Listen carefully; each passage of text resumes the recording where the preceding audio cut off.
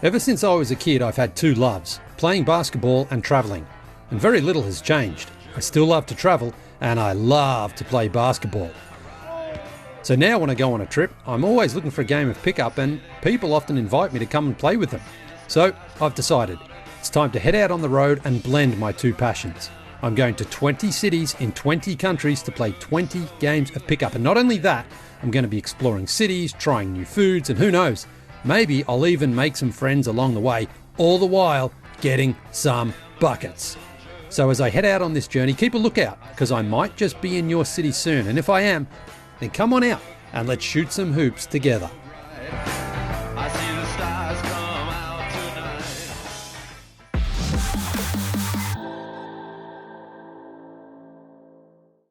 It's very rare, in fact, it's never that I get to talk any kind of basketball with anyone. But today's guest, I will make an exception for. Formerly of the No Dunks podcast, The Starters, a little show called The Footy Show a long time ago. It's Leigh Ellis. Leigh, welcome to the parlay. It's been a while. Thanks very much for having me, James. I remember when I used to get you coffee in the mornings for the footy show back in the days. I was your slave boy there for a while, and you were. You were a great slave, and I always appreciated it. I really did. Listen, mate, your new project. If anyone's going to do this, it's going to be you. You're going to travel the world trying to find pickup basketball games. Okay, let's go way back here. The genesis of this idea. When and how did it begin? Well, the very first time it happened was actually in Brazil in 1999. I was traveling through South America, and one sunny day, I was in a little beach town called Paraty, which is just about 4 or 5 hours south of Rio. And I'd had a few drinks with a friend of mine, and we decided to go for a walk. And I just walked past a basketball court, and there was this kid just playing. And so my Portuguese wasn't all that flash at the time, but I had a bit of confidence from a few caipirinhas in the afternoon. And I just said, do you mind if I shoot around? And we ended up shooting around. A few other people turned up. We started playing a game. And then it was quite funny because the locals kind of turned on me a little bit because I started beating them, and it got a little bit dangerous. So after I eventually lost the game, I took off out of there and made my way back to my where I was staying. But ultimately, basketball has just been a part of my life forever. I've played ever since I was a little kid. And, I played in junior leagues and then men's leagues and things like that. And then everywhere I've lived in the world, in London and Toronto and now here in Atlanta, whenever I've got some time, I always just love going to a court and playing. And in the last probably 18 months when we sort of were able to start traveling again, I played in Germany, in Berlin at Mauer Park there. I just played some, it was a Sunday afternoon. We were walking through a flea market and these guys were playing, and I just turned up and started talking. And again, well, I say talking, but really it's not a verbal exchange. It's more a communication of the sort of movement of the body, of the expression of understanding the game that bridges us together without having to speak the same language. I was playing against a Portuguese guy and a German guy, and we're playing, I think, against a Russian guy as well. So all these different nationalities and languages and people together. But ultimately, once the ball is on the court and you're playing, we all understand the game without necessarily having to, verbally communicate with each other. And so, I put that stuff up on social media, and I'm not out there, lighting these guys up. I mean, I'm just playing to have fun, but it seemed to really, gain traction with my fans and with my audience online. And so that, and then this year in the summer, I was in Barcelona and I played a couple of games there. And when I was on my way to Barcelona, I was actually in Egypt with my family, and I was coming back via Florence. And I put a message on social media on my Instagram account. I said, listen, I'm going to be in Florence. If anyone wants to play a pickup game, let me know where you are, and I'll be there. And the funniest thing was that was one of the most engaged posts I've ever put on Instagram. But no one in Florence was able to play, but everywhere else, if you come to Greece, if you come to Portugal, come to Spain, come here, come there. And so it just sort of fueled this idea that I'm like, there might be something in this, and I love it. I love meeting people. I love traveling. I love playing basketball, especially outdoor basketball. And I'm like, it just sort of, this idea sort of, kind of forced itself onto me. And so in the last sort of couple of months during the off season of the NBA, I started thinking about it more and more. And I just started thinking, I mean, the way we consume media these days, you can post all the content yourself on all the various platforms, and you can turn it into a career. I mean, ultimately, that's where I hope to go, that I can generate some revenue. Not at the start, that's going to be tough. You always start at a bit of a hole, of course, but I don't know. I've had a really strong response, and so I'm going to give it a shot. So right now you're financing it all yourself. no sponsors at the moment, but you're looking for sponsors. Very, very much looking for sponsors, yes. But look, I also understand until I really start this trip and get some content going, it's unlikely anyone's going to, stump up the cash up front. And I think a lot of, because I have had some interest as far as direct messages and some follows and things like that on social media that have been interesting. So I do believe it has generated some interest. But I think probably right now, any of those companies that may be interested are probably just going to wait and see what I shoot on this first trip, which starts next week. And if I can produce some compelling content with my my character and my charm, James, as I learned from you all those years ago, then hopefully, obviously, someone comes on board. But ultimately, I'm not doing this for money. I'm doing this for the experience, for the opportunity, for the education, and the fact that I have an incredibly supportive wife who even encourages and allows me this opportunity is what it's all about. And so, if things don't work out, I mean, fine. At least I know the answer. And that was one of the things that I couldn't get away from, this feeling of like I'd be more afraid if I didn't try this rather than trying it and it not working out, because ultimately, that was the strongest urge that I had here. It was like, I think there's something to this idea, and you can't, like, timing in life is very rarely right, and you can't wait for it. You have to sort of go out and make an opportunity like this, and that's the decision I chose to make. And again, my wife was fully supportive and encouraging along the way, because she obviously knows she's taking on an element of risk as well, in terms of we're married, we have a house and kids and things like that, but she believes in this project, and so do I. And it's, look, no one really knows how it's going to play out, but I'm just going to go out there, give it my best, and hopefully I can turn it into a career. Well, from her standpoint, you're leaving the house for a few weeks. I mean, great, husband free. I mean, she'll have a great old time. Yeah, she has been helping me pack, actually. That's quite interesting.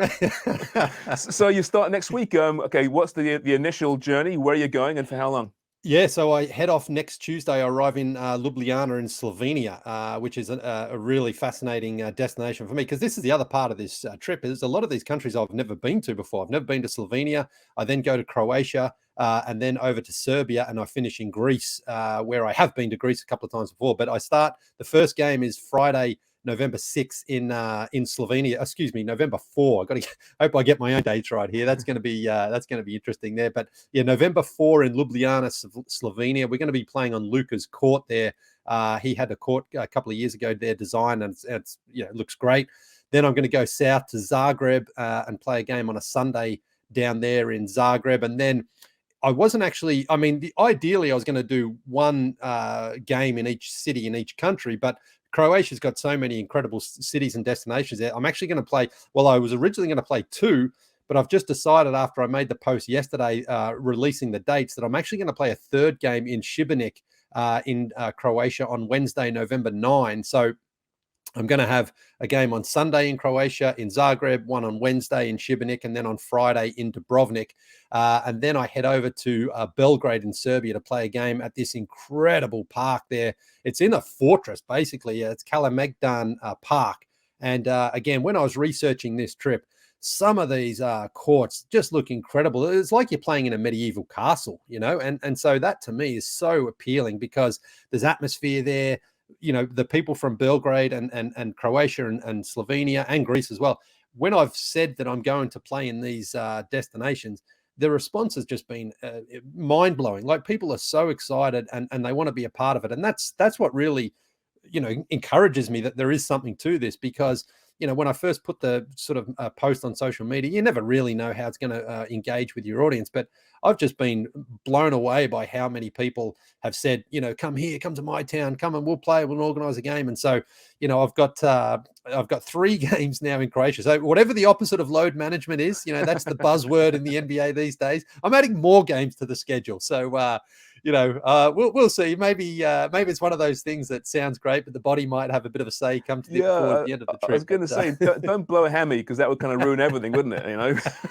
Yeah. Well, look, James, I can let you in on a bit of a secret. You and I played soccer a couple of times there together, and it's the same with basketball. I say I'm playing basketball. I'm really just going to be shooting 3-pointers and not putting in too much effort on the defensive end. So the actual impact and workload on the body is not all that significant. I'm not going out there trying to dunk on anybody or anything like that. I'm just, ultimately it's about experiencing these courts. And again, I think basketball and football have something very similar in common. I mean, football's obviously the biggest game in the world, but I think basketball's right there in the fact that you can just turn up and play. You can play against one person and have a fun time, or you can play against 3 or 4 and have a couple of teams and play. And it's a real bonding sport. It's a bridge, I think, and it's played all around the world, and it's played with boys and girls and everybody. And so, I think it's a really, for me, it's a whole journey of discovery and education and learning and understanding, more and more about, again, these countries that I haven't been to. So I'm going to experience those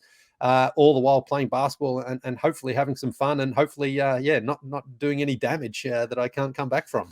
So where do we find you, Leigh? Where do you find these little vignettes, documentary style, I'm assuming? And also, if someone wants to get involved, sponsor, throw some money your way, how do we do that? Yes, I mean, so on the social medias, I'm on Instagram, Twitter, and YouTube. And look, I have dipped the toes into TikTok. I'm not sure that's my world, but I'm going to be giving it a shot there. It's funny. I mean, look, I'm not trying to be perfect and hit every single social media goal out there. I mean, there are some that I have an audience on, as far as Instagram, Twitter. And a little, it's growing there on YouTube, and that's probably really where my focus is going to be. But at Leigh Ellis, which is I'm lucky that I've got my name, just LEIGHELLIS, on Twitter and on Instagram and YouTube. Apparently the handles are coming November 14. Right now it's just like it's about 25 letters, so there's no point in me explaining that to you. But if you find my Twitter, if you find my Instagram, that'll take you to my YouTube channel, and you can hopefully subscribe there and see some of the stuff I've posted. I'll be trying to post, obviously, every day once I get going, something. It might not necessarily even be basketball related, because, as I say, this is a journey as much about travel and exploration as it is about basketball. So,